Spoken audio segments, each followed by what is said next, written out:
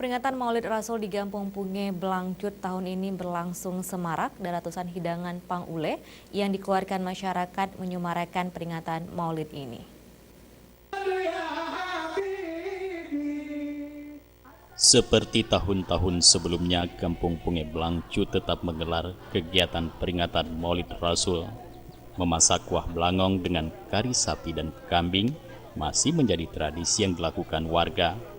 Sebanyak 9 kuali kuah belangong dimasak secara bergotong royong oleh warga setempat. Untuk pelaksanaan kenduri Maulid, warga juga menyajikan aneka hidangan yang dikemas dalam hidang pangule. Hidang pangule ditandu menuju ke masjid dengan diiringi musik tradisional khas Aceh, Rapai, dan Srunekale. Menurut panitia peringatan Hari-Hari Besar Islam Gampung Punge Blangcut, pada peringatan Maulid Akbar tahun ini, tidak menyembelih hewan melainkan membeli daging, dan 60 hidangan kenduri yang merupakan swadaya masyarakat dari 5 dusun. Inilah dari himpunan dari masyarakat kita, partisipasi masyarakat kita. Tujuannya kita untuk memakmurkan masjid, menyatukan umat. Jadi ada tadi musik-musik itu maksudnya supaya masyarakat kita tampak bahwasanya kita itu bersama.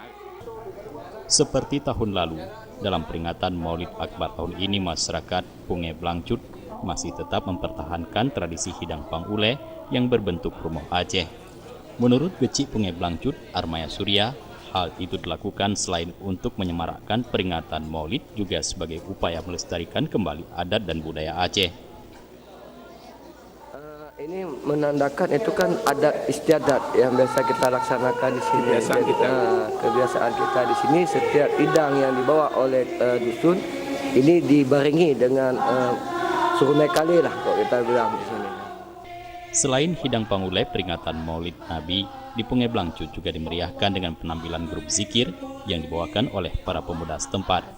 Sementara itu malam ini puncak peringatan Maulid Akbar bakal diisi dengan tausiah yang menghadirkan penceramah Tengku Fahmi Sofyan LCMA, Jufrizal dan Faisal, Aceh TV.